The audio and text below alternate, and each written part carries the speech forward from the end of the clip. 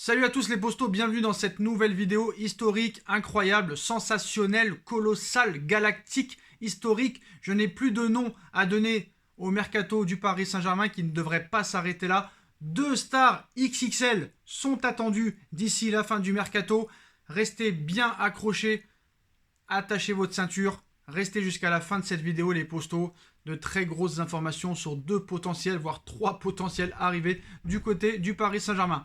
On va parler aussi des départs, mais avant de commencer cette vidéo, les postos, je voulais vous préciser que depuis quelques jours est disponible le super chat, que ce soit pendant les lives ou les vidéos en première. Merci à tous ceux qui ont donné des dons via le super chat. Voilà, depuis que j'ai fait le super chat il y a quelques jours, vous avez la possibilité de faire des dons via YouTube, en plus de PayPal, qui le lien est en bas en description, la cagnotte PayPal, si vous voulez participer pour faire évoluer la chaîne. Mais merci à tous ceux qui ont donné via super chat. C'est peut-être plus simple pour vous de donner via super chat. Donc voilà, merci encore une fois les postos et vous pouvez continuer à donner via super chat.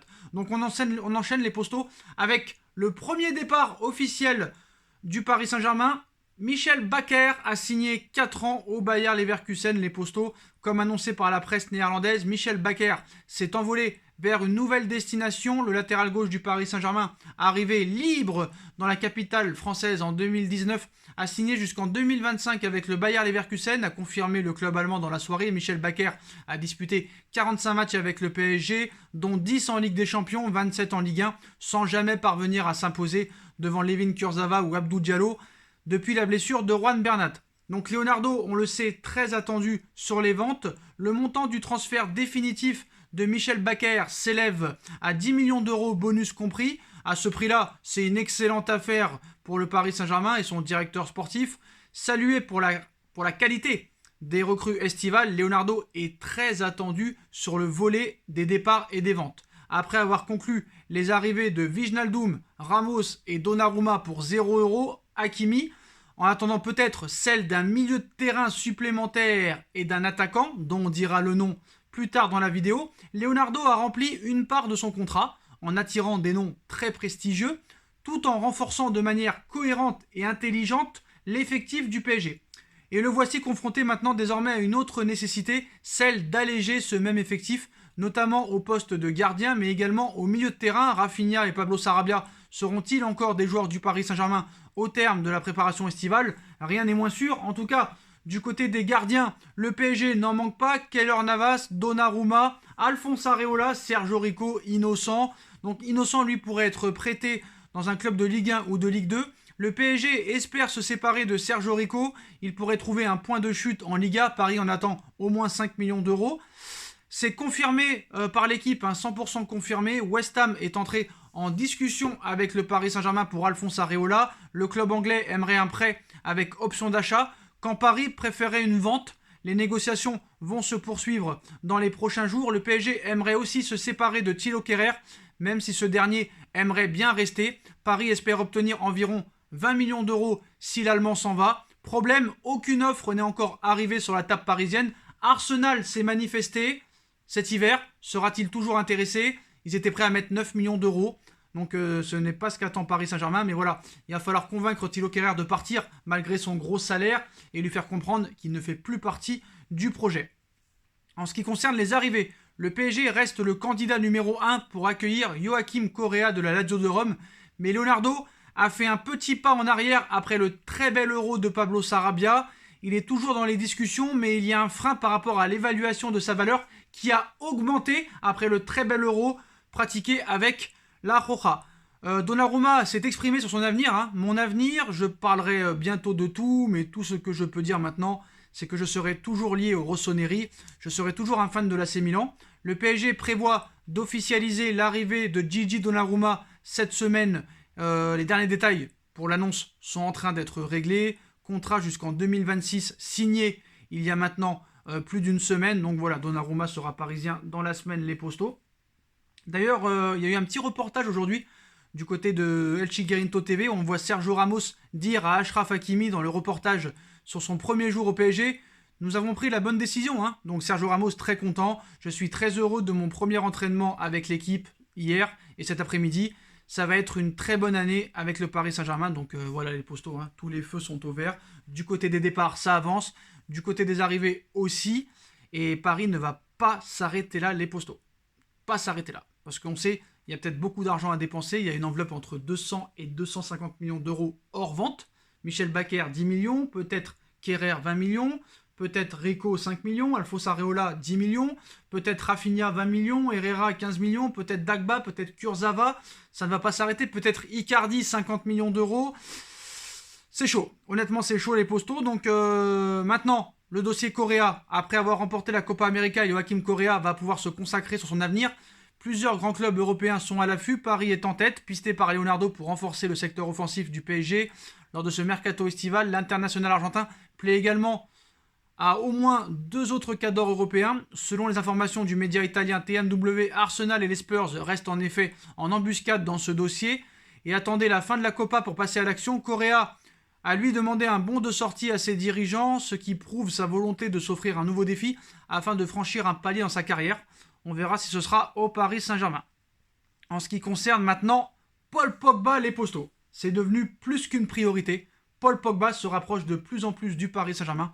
Manchester n'est pas contre le laisser partir moyennant un transfert de 60 millions d'euros. Paris ne voudrait pas aller au-delà de 40 millions plus bonus, serait prêt à mettre des joueurs en échange, en plus d'une offre salariale, enfin d'un montant de transfert, d'une enveloppe. Voilà. Rafinha, peut-être d'autres joueurs. Donc Paul Pogba serait désormais très proche de signer au PSG. Encore un renfort de poids au PSG au milieu de terrain.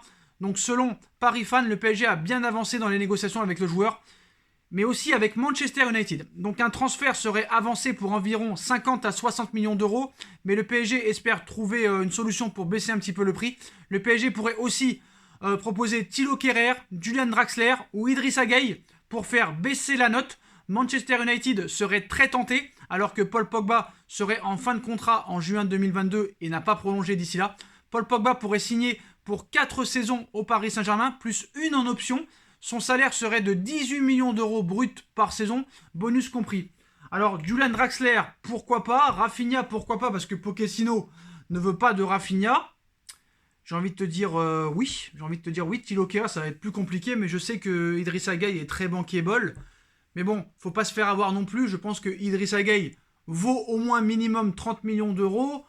À voir comment ça peut se passer. À voir comment ça peut se passer, parce que Idrissa Gueye, Paul Pogba, voilà, tu vas avoir encore beaucoup de joueurs au milieu de terrain. Et il devrait y avoir des sacrifiés. Alors Gueye est un très très bon joueur, il l'a prouvé. Manque de régularité, c'est un peu comme Paul Pogba, sauf que Paul Pogba, à l'inverse de Gueye, peut te faire changer un match à n'importe quelle minute, même s'il n'est pas bon dans le match. Et c'est ça qu'apprécie réellement le Paris Saint-Germain, la potentialité de Paul Pogba à savoir tout faire au milieu de terrain et à être polyvalent. C'est ça qui intéresse surtout le Paris Saint-Germain, en plus d'être un monstre et en plus d'être français et de ne pas être trop cher. À 28 ans, franchement, 50 millions d'euros, Paul Pogba, qui aurait pu croire qu'un jour il valerait 50 millions d'euros. Donc voilà, Paris est plus que jamais sur le dossier Paul Pogba. Ça pourrait être rendu officiel fin juillet, début août. Les négociations vont se poursuivre dans les prochaines semaines, surtout quand Paul Pogba va rentrer de vacances en fin de semaine.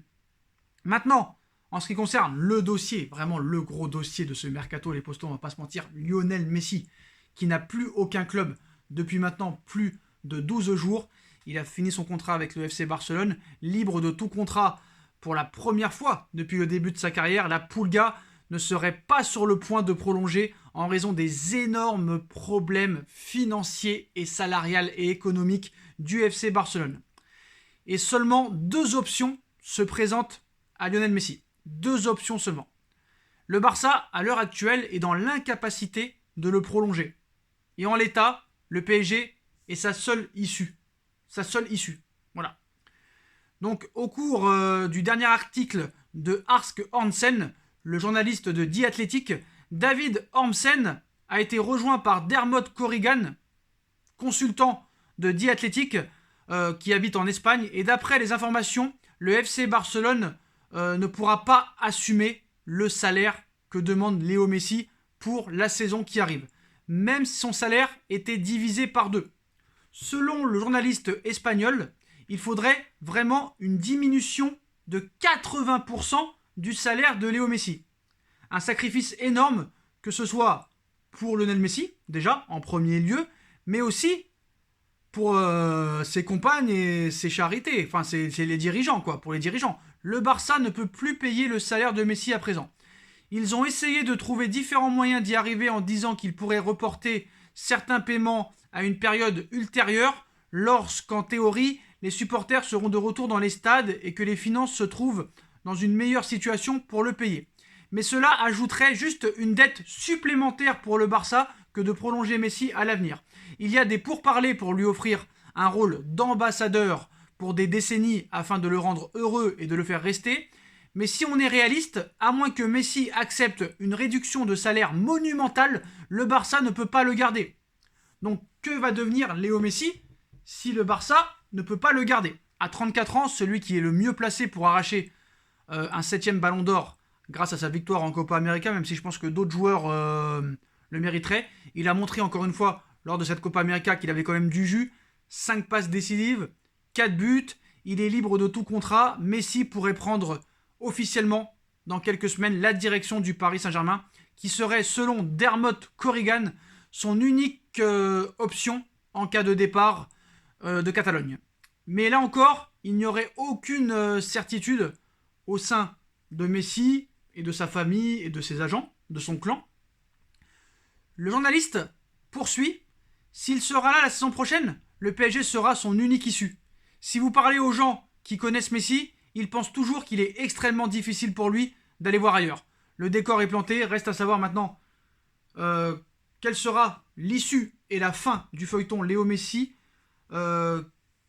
Franchement, à l'arrivée, on va pas se mentir, on est le 13 juillet, frérot. On est le 13 juillet, il n'y a toujours pas d'accord avec le FC Barcelone. On nous annonce un accord depuis plus de 2 mois maintenant. Il n'y a pas d'accord.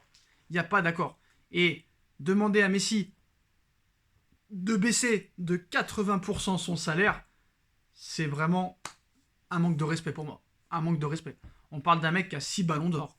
On parle d'un mec qui a 4 Ligues des Champions, qui est une légende du football. Tu peux pas lui demander de baisser de 80% son salaire. Le Paris Saint-Germain le prend au sérieux. Le Paris Saint-Germain lui offre un salaire presque plus avantageux et beaucoup plus avantageux que celui que propose Johan Laporta. Paris lui propose un meilleur projet sportif et ça se vérifie avec les recrues annoncées et celles qui vont arriver. Il n'y a plus de projet au FC Barcelone. Il n'y a plus de projet. Même le Real, on a vu, leur a volé une pépite il y a quelques heures encore une fois. Il n'y a plus de réel projet. Honnêtement, c'est pas avec Agüero, 34 ans, que tu vas gagner la Ligue des Champions. C'est pas avec Eric Garcia, c'est pas avec Samuel Umtiti, c'est pas avec Clément Langlais. Voilà, je suis désolé, hein, avec tout le respect que j'ai pour le FC Barcelone, voilà, c'est plus possible. Voilà, c'est plus possible. Donc je pense que ce feuilleton va durer très longtemps, surtout que Léo Messi est libre. Donc ça peut durer jusqu'en septembre et jusqu'en octobre, cette histoire. Hein. Voilà, il est libre de ton contrat, donc ce ne sera pas un transfert, ce sera une signature. Paris lui propose 2 ans plus une en option, avec un salaire conséquent, proche de ses demandes. Ce qui est très loin d'être le cas du FC Barcelone. Et tout nous porte à croire qu'un départ est de plus en plus crédible et possible. Voilà les postos. Dites-moi en commentaire ce que vous en pensez. Je compte sur vous pour bombarder la barre de like. On like, on partage, on commente, on s'abonne, on active la petite cloche pour être tenu au courant des vidéos qui vont sortir. On me rejoint sur mon Instagram SBFootNews, sur ma nouvelle chaîne YouTube SBFootNews. Tous les liens sont en bas en description. Et on se retrouve très rapidement pour une nouvelle vidéo, les postos. Tchuss!